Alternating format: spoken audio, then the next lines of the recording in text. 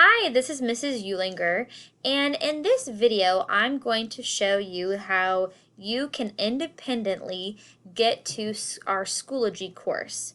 So, what you're going to do is after you log into your Chromebook, you're going to find the internet browser Google Chrome, okay? And your screen might look a little bit different than mine, but you're going to find the image that looks a little bit like this. And you're going to double click on it and it should take you to a Google page. So from here, you're going to click the Clever icon, okay?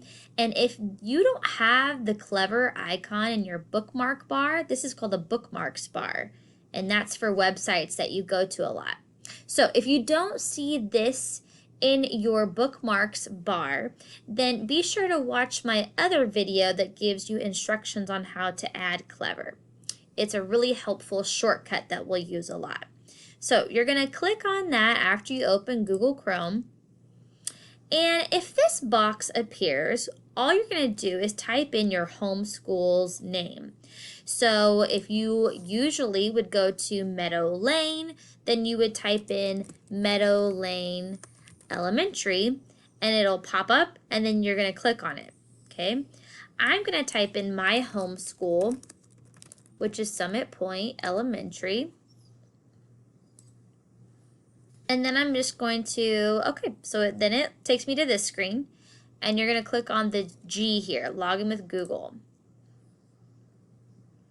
And that should be the only time that you have to do that. Okay, so then you're going to have a screen that looks a little bit like this. Mine looks a little different than yours. But you're going to see some little icons that you can access. And you're going to click on the Schoology link. And then you'll have a menu that looks like this. And from here, you're going to go to Courses. And then you're going to find my little picture here. And then you're there. Okay? So, watch this video maybe a couple of times and then practice on your own going to Google Chrome, Clever, and then clicking on the Schoology icon.